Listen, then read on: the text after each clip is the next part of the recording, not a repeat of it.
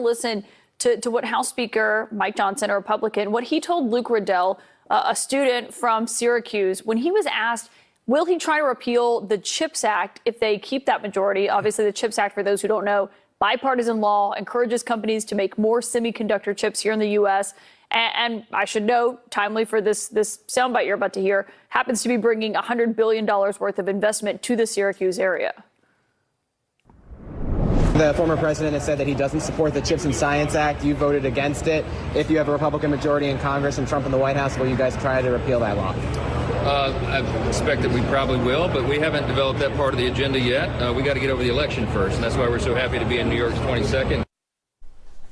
House Speaker Mike Johnson is backtracking after saying the GOP probably will repeal the CHIPS and Science Act. The law provides incentives for microchip companies to make their products in America, including Micron, right here in the Syracuse area. Johnson has since said that he misheard that question from my very own co-anchor, Luke Radel. Luke, what has the reaction been like over the weekend? It's been a lot of reaction. The vice president started her day on Saturday talking about that clip of Mike Johnson. And I want to talk a little bit about that clarification, if you will, from Mike Johnson. Because, I mean, you've heard me talk a lot. We yap a lot on this show. We talk quite a bit. Do the words repeal and reform sound very similar coming out of my mouth? Nope. No, not the slightest. That was what. So the Speaker's office, instead of just saying, "Hey, look, I messed up the answer. I shouldn't have said that," or "I don't feel that way anymore," maybe he changed his mind. No, he said that I misheard the question when I was standing about 4 feet away from him.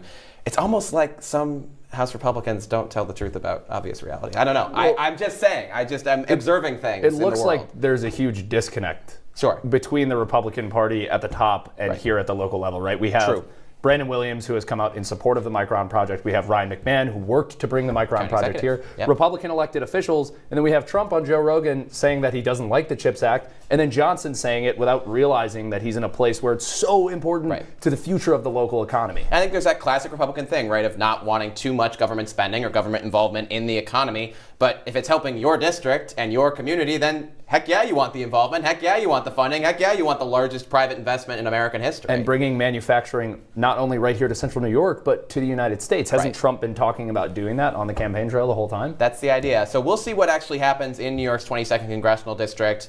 Right now, it's about Democrat John Maynion's race to lose in this race, and it doesn't help for Brandon Williams to be campaigning with someone like Mike Johnson who says things like that. But there are a lot of other competitive races outside of Syracuse, and I'm going to talk about those right now with Drew Matyasik. We're going to walk over to our magic map, Jake. I'll be back, don't worry. I'm here with Drew Matyasik. Drew, another New York hometown boy, thank you so much for talking to me about these fantastic swing district races that we have all over the state. And this state, this is 2022's map, this is what flipped the House red the last time around. Oh, absolutely, and it can flip the House control back to the Democrats this year around because all the Democrats need are 4 House races, a net gain of 4 races, and there's way more than 4 races that are competitive in New York. You have the 22nd, 19th, 17th. Where do you want to start, Drew? Where should we go first? Let's go south to north. Let's start in New York's 1st congressional district. Nick LaLota and John Avlon, former CNN reporter John Avlon. Democrats put a good nominee with that. But Republicans have been controlling this part of Long Island for years now. Let's look at what it looked like in 2022. That was LaLota 55-44 against his Democratic candidate the last time around. Can John Avlon make up those numbers this time? It's going to be pretty tough considering, especially historically looking at New York's 1st congressional district. Lee Zeldin put up pretty much identical numbers in this area. Shall we? Let's check it out.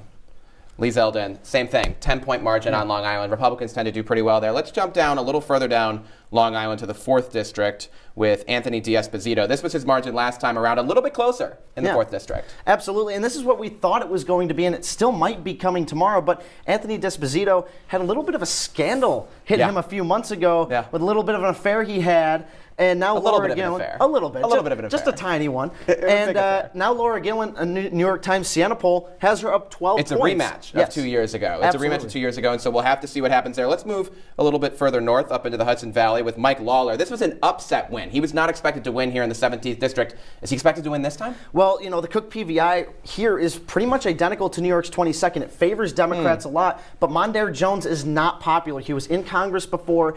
He's out now. Now he's facing Mike Lawler. Mike Lawler up in the polls.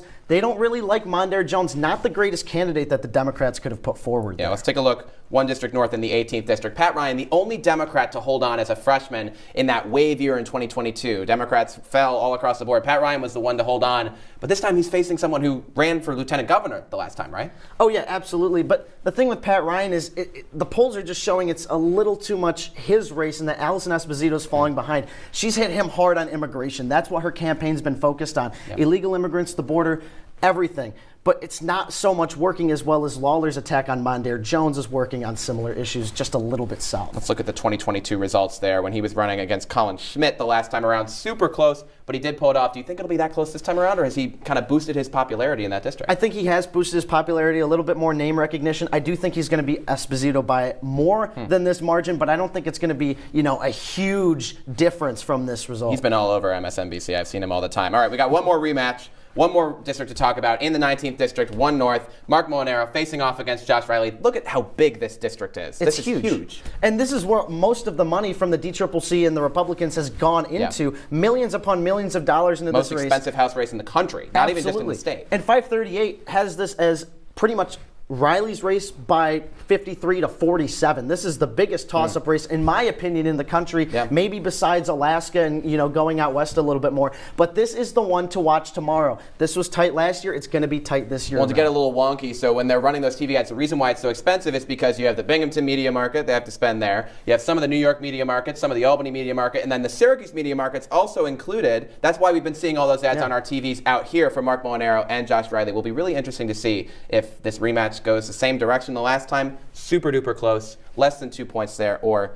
if it goes for Josh Riley this time around. Absolutely. Drew, thank you so much for your time tonight. Really appreciate it. Jake, back over to you.